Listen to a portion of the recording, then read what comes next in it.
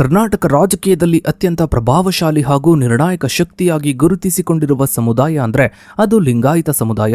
ಅದರಲ್ಲೂ ದಶಕಗಳಿಂದ ಬಿಜೆಪಿಯ ವೋಟ್ ಬ್ಯಾಂಕ್ ಆಗಿ ಪಕ್ಷವನ್ನ ಅಧಿಕಾರಕ್ಕೆ ತರುವಲ್ಲಿ ಈ ಸಮುದಾಯ ಪ್ರಮುಖ ಪಾತ್ರವನ್ನೇ ವಹಿಸಿದೆ. ಆದರೆ ಇತ್ತೀಚಿನ ದಿನಗಳಲ್ಲಿ ಬಿಜೆಪಿ ಒಳಗಡೆ ನಡೀತಾ ಇರುವ ಬೆಳವಣಿಗೆಗಳು ಇಡೀ ಸಮುದಾಯಕ್ಕೆ ಮುಜುಗರವನ್ನ ತರುವಂತೆ ಮಾಡಿದೆ. ಬಿಜೆಪಿಯ ಇಬ್ಬರು ಪ್ರಮುಖ ಲಿಂಗಾಯತ ನಾಯಕರಾದ ರಾಜ್ಯಾಧ್ಯಕ್ಷ ಬಿವೈ ವಿಜೇಂದ್ರ ಹಾಗೂ ಹಿರಿಯ ನಾಯಕ ಬಸನಗೌಡ ಪಾಟೀಲ್ ಯತ್ನಾಳ್ ನಡುವಿನ ಬಹಿರಂಗ ವಾಗ್ದಾಳಿ ಮತ್ತು ಆಂತರಿಕ ಸಂಘರ್ಷ ಈಗ ಬೀದಿ ಜಗಳವಾಗಿದೆ. ಇವರಿಬ್ಬರ ವೈಯಕ್ತಿಕ ಹಾಗೂ ರಾಜಕೀಯ ಪ್ರತಿಷ್ಠೆಯ ಹೋರಾಟ ಕೇವಲ ಪಕ್ಷಕ್ಕೆ ಮಾತ್ರವಲ್ಲ, ಇಡೀ ಲಿಂಗಾಯತ ಸಮುದಾಯದ ರಾಜಕೀಯ ಭವಿಷ್ಯಕ್ಕೆ ದೊಡ್ಡ ನಷ್ಟ ತಂದಿಡಲಿದೆಯಾ ಎಂಬ ಆತಂಕ ಶುರುವಾಗಿದೆ. ಯಾಕಂದ್ರೆ ಇವರಿಬ್ಬರ ಜಗಳದ ಲಾಭವನ್ನ ಪಡೆಯಲು ಬೇರೆ ಸಮುದಾಯದ ನಾಯಕರು, ಅದರಲ್ಲೂ ಮುಖ್ಯವಾಗಿ ಬಿಜೆಪಿಯಲ್ಲಿರುವ ಒಕ್ಕಲಿಗ ಮತ್ತು ಬ್ರಾಹ್ಮಣ ಸಮುದಾಯದ ಪ್ರಭಾವಿ ನಾಯಕರು ಈಗಿನಿಂದಲೇ ತೆರೆಮರೆಯಲ್ಲಿ ತಂತ್ರವನ್ನ ರೂಪಿಸ್ತಾ ಇದ್ದಾರೆ. ಲಿಂಗಾಯತ ನಾಯಕರ ಈ ಆಂತರಿಕ ಯುದ್ಧವನ್ನ ಬಳಸಿಕೊಂಡು ಬಿಜೆಪಿಯ ನಾಯಕತ್ವವನ್ನ ತಮ್ಮದಾಗಿಸಿಕೊಳ್ಳಲು ತಂತ್ರಗಳು ರೆಡಿಯಾಗ್ತಾ ಇದೆ ಎಂಬ ಚರ್ಚೆ ಈಗ ರಾಜಕೀಯ ವಲಯದಲ್ಲಿ ಜೋರಾಗಿದೆ. ಹಾಗಾದ್ರೆ ವಿಜೇಂದ್ರ ವರ್ಸಸ್ ಯತ್ನಾಳ್ ಫೈಟ್ನಿಂದಾಗಿ ಲಿಂಗಾಯತ ಸಮುದಾಯ ತನ್ನ ಹಿಡಿತವನ್ನ ಕಳೆದುಕೊಳ್ತಾ ಇದೆಯಾ? ಇದರ ಹಿಂದೆ ಬೇರೆ ಸಮುದಾಯದ ನಾಯಕರು ನಡೆಸ್ತಾ ಇರೋ ಆ ಒಂದು ಮಾಸ್ಟರ್ ಪ್ಲಾನ್ ಆದ್ರೂ ಏನು? ಇದರ ಬಗ್ಗೆನೇ ಒಂದು ವಿಶೇಷ ವರದಿ ಇದೆ, ಬನ್ನಿ ನೋಡ್ತಾ ಹೋಗೋಣ.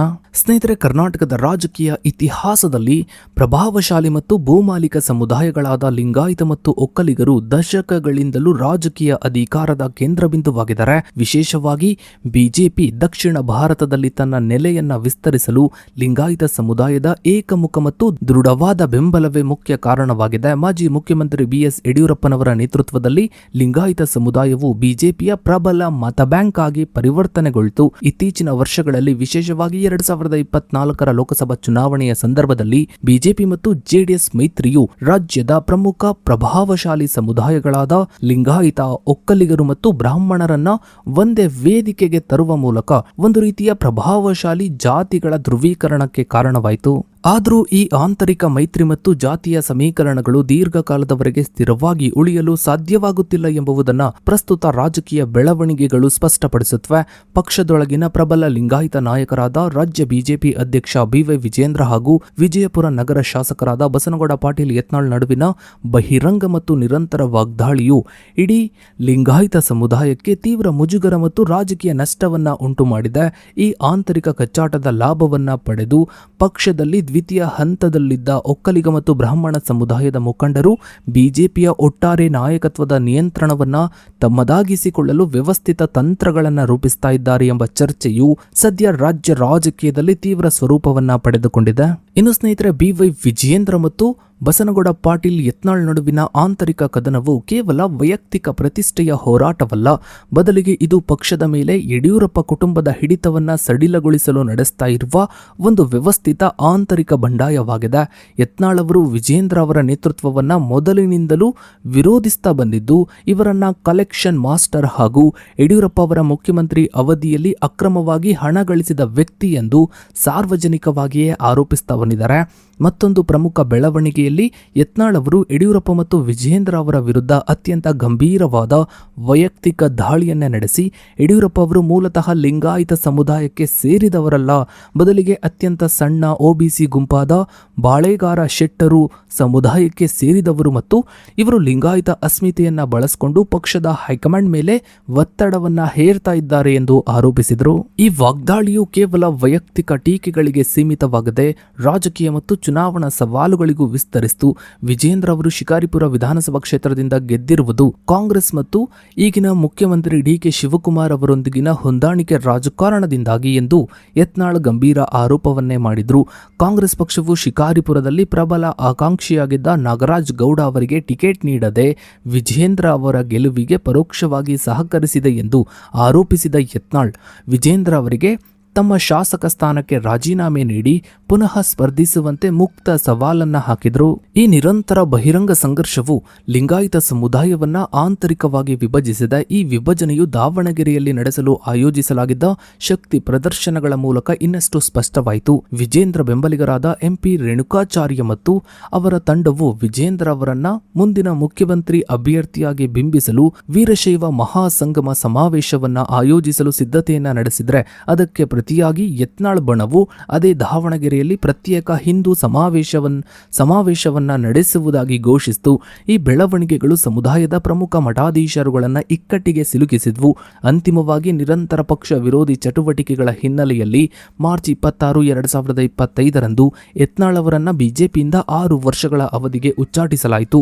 ಆದರೂ ಉಚ್ಚಾಟನೆಯ ನಂತರವೂ ಯತ್ನಾಳ್ ತಮ್ಮ ಬೆಂಬಲಿಗರೊಂದಿಗೆ ಫ್ರೀಡಂ ಪಾರ್ಕ್ನಲ್ಲಿ ಪ್ರತಿಭಟನೆಯನ್ನ ನಡೆಸಿ ರಾಜ್ಯದ ವಿವಿಧ ಲಿಂಗಾಯತ ಮತ್ತು ಇತರ ಧರ್ಮಗುರುಗಳ ಮಠಗಳಿಗೆ ಭೇಟಿ ನೀಡಿ ತಮ್ಮ ಉಚ್ಚಾಟನೆಯನ್ನ ಹಿಂಪಡೆಯುವಂತೆ ಹೈಕಮಾಂಡ್ ಮೇಲೆ ಒತ್ತಡವನ್ನ ಹೇರುವ ತಂತ್ರವನ್ನ ಮುಂದುವರೆಸಿದರು.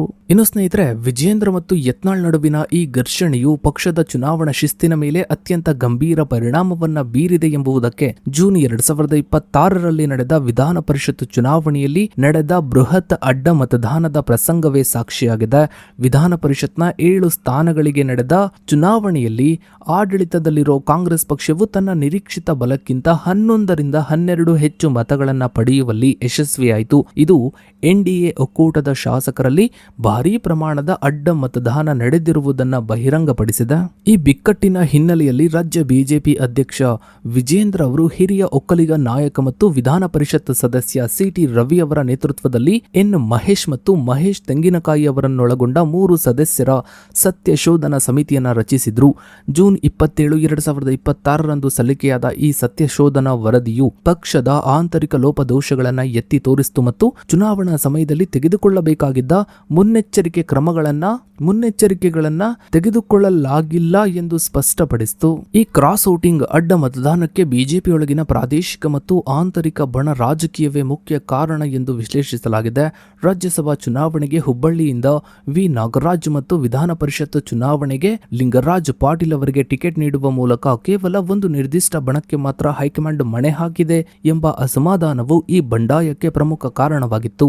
ಈ ತೀವ್ರ ಮುಖಭಂಗದ ನಂತರ ಜೂನ್ 23, 2026ರಂದು ರಾಷ್ಟ್ರೀಯ ಬಿಜೆಪಿಯ ಅಧ್ಯಕ್ಷ ನಿತಿನ್ ನಬೀನ್ ಅವರು ವಿಜೇಂದ್ರ, ವಿರೋಧ ಪಕ್ಷದ ನಾಯಕ ಆರ್. ಅಶೋಕ್ ಮತ್ತು ರಾಜ್ಯ ಉಸ್ತುವಾರಿ ರಾಧಾ ಮೋಹನ್ ದಾಸ್ ಅಗರ್ವಾಲ್ ಅವರನ್ನ ದೆಹಲಿಗೆ ಕರೆಸಿಕೊಂಡು ತೀವ್ರ ಅಸಮಾಧಾನವನ್ನ ವ್ಯಕ್ತಪಡಿಸಿದ್ರು. ಈ ಬೆಳವಣಿಗೆಯು ರಾಜ್ಯ ಬಿಜೆಪಿಯ ಪ್ರಸ್ತುತ ನಾಯಕತ್ವದಲ್ಲಿ ಶೀಘ್ರದಲ್ಲೇ ಭಾರಿ ಬದಲಾವಣೆಗಳು ಸಂಭವಿಸಲಿವೆ ಎಂಬ ಚರ್ಚೆಗಳನ್ನ ಮತ್ತಷ್ಟು ಬಲಪಡಿಸಿದೆ. ಇನ್ನು ಸ್ನೇಹಿತರ, ಲಿಂಗಾಯತ ಸಮುದಾಯದ 2 ಪ್ರಮುಖ ನಾಯಕರ ಈ ನಿರಂತರ ಘರ್ಷಣೆ ಮತ್ತು ಜೂನ್ 2026ರ ಅಡ್ಡ ಮತದಾನದ ವಿಫಲತೆಯು ಬಿಜೆಪಿಯ ಒಕ್ಕಲಿಗ ಮತ್ತು ಬ್ರಾಹ್ಮಣ ನಾಯಕರಿಗೆ ಪಕ್ಷದ ನಾಯಕತ್ವದ ಚುಕ್ಕಾಣಿಯನ್ನ ಹಿಡಿಯಲು ಒಂದು ಉತ್ತಮ ವೇದಿಕೆಯನ್ನು ಸೃಷ್ಟಿಸಿಕೊಟ್ಟಿದೆ. ಈ 2 ಸಮುದಾಯಗಳ ನಾಯಕರು ನಡೆಸ್ತಾ ಇರುವ ಪ್ರಮುಖ ರಾಜಕೀಯ ತಂತ್ರಗಳನ್ನ ನೋಡ್ತಾ ಹೋದ್ರೆ, ಮೊದಲನೇದಾಗಿ ಒಕ್ಕಲಿಗ ಸಮುದಾಯವು ಕರ್ನಾಟಕದ ಜನಸಂಖ್ಯೆಯ ಪ್ರಮುಖವಾಗಿ ಹಳೆಮೈಸೂರು ಭಾಗದಲ್ಲಿ ರಾಜಕೀಯವಾಗಿ ಪ್ರಬಲಶಾಲಿಯಾಗಿದೆ. ಬಿಜೆಪಿಯಲ್ಲಿ ಒಕ್ಕಲಿಗ ನಾಯಕತ್ವವನ್ನು ಬಲಪಡಿಸಲು ಪ್ರಸ್ತುತ ನಾಯಕರು ಹೈಕಮಾಂಡ್ ಮಟ್ಟದಲ್ಲಿ ವಿವಿಧ ತಂತ್ರಗಳನ್ನು ರೂಪಿಸ್ತಾ ಇದ್ದಾರೆ.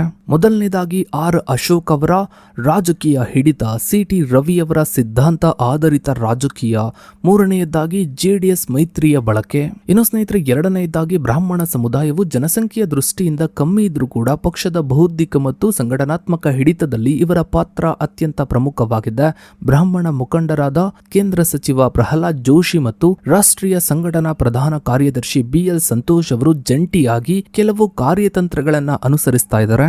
ಮೊದಲನೇದಾಗಿ ವಂಶ ಪಾರಂಪರ್ಯ ಮತ್ತು ಹೊಂದಾಣಿಕೆ ರಾಜಕೀಯಕ್ಕೆ ಮುಕ್ತಿ, ಅಂದ್ರೆ ಯಡಿಯೂರಪ್ಪ ಮತ್ತು ವಿಜೇಂದ್ರ ಅವರ ಕೈಯಿಂದ ಬಿಜೆಪಿಯನ್ನ ಮುಕ್ತಗೊಳಿಸುವುದು. ಎರಡನೆಯದಾಗಿ ಸಂಘಟನಾ ಶಿಸ್ತಿನ ಮರುಸ್ಥಾಪನೆ. ಇನ್ನು ಸ್ನೇಹಿತರೆ, ಬಹಳ ಮುಖ್ಯವಾಗಿ ಬಸನಗೌಡ ಪಾಟೀಲ್ ಯತ್ನಾಳ್ ಅವರ ನೇತೃತ್ವದ ಬಂಡಾಯ ಬಣವು ಕೇವಲ ಲಿಂಗಾಯತ ಅಸ್ತ್ರಕ್ಕೆ ಸೀಮಿತವಾಗದೆ ಬಿಜೆಪಿಯೊಳಗಿನ ಇತರ ಪರಿಶಿಷ್ಟ ಜಾತಿ ಅಂದ್ರೆ ಎಸ್ಸಿ, ಎಸ್ಟಿ, ಒಬಿಸಿ ನಾಯಕರನ್ನ ಒಗ್ಗೂಡಿಸಿಕೊಂಡು ಒಂದು ಪ್ರಬಲ ಲಿಂಗಾಯತೇತರ ಪ್ರಾದೇಶಿಕ ಒಕ್ಕೂಟವನ್ನ ರಚಿಸ್ತಾ ಇದ್ದಾರೆ. ಈ ಬಣದಲ್ಲಿ ಪ್ರಮುಖ ನಾಯಕರಾದ ರಮೇಶ್ ಜಾರಕಿಹೊಳಿ ಎಸ್ಟಿ ಪಂಗಡಕ್ಕೆ ಸೇರಿದವರು, ಅರವಿಂದ್ ನಿಂಬಾವಳಿ ಎಸ್ಸಿ ಪಂಗಡಕ್ಕೆ ಸೇರಿದವರು ಮತ್ತು ಕುಮಾರ್ ಬಂಗಾರಪ್ಪ ಒಬಿಸಿ ಪಂಗಡಕ್ಕೆ ಸೇರಿದವರು, ಇವರು ಕೂಡ ಯತ್ನಾಳ್ ಅವರ ಬಣದಲ್ಲಿ ಗುರುತಿಸಿಕೊಳ್ತಾ ಇದ್ದಾರೆ. ಒಟ್ಟಾರೆಯಾಗಿ ರಾಜ್ಯ ರಾಜಕೀಯದಲ್ಲಿ, ಅದರಲ್ಲೂ ಬಿಜೆಪಿಯಲ್ಲಿ ಮುಂದಿನ ದಿನಗಳಲ್ಲಿ ದೊಡ್ಡ ಮಟ್ಟದ ಬದಲಾವಣೆಗಳು ಆಗುವ ಬಗ್ಗೆ ಮುನ್ಸೂಚನೆಗಳು ಸಿಗ್ತಾ ಇವೆ. ಸೊ ಇದಾಗಿತ್ತು ಸ್ನೇಹಿತರೆ ಇವತ್ತಿನ ಈ ಒಂದು ವಿಡಿಯೋದ ಬಗ್ಗೆ ನಿಮ್ಮ ಅನಿಸಿಕೆ ಅಭಿಪ್ರಾಯಗಳನ್ನ ತಪ್ಪದೆ ಕಮೆಂಟ್ ಸೆಕ್ಷನ್ ಅಲ್ಲಿ ಕಮೆಂಟ್ ಮಾಡಿ.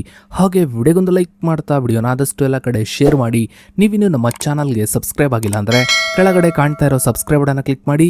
ಹಾಗೆ ಪಕ್ಕದಲ್ಲಿ ಕಾಣೋ ಬೆಲ್ ಐಕಾನ್ ಕೂಡ ಕ್ಲಿಕ್ ಮಾಡಿ. ಥ್ಯಾಂಕ್ಸ್.